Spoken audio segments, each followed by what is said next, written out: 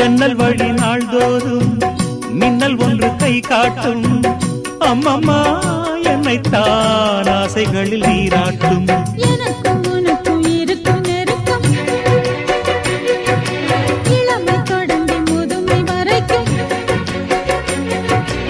இரவும் பகலும் உறவை வளர்க்கும், இடையில் இருக்கும் தடையை தகர்க்கும்.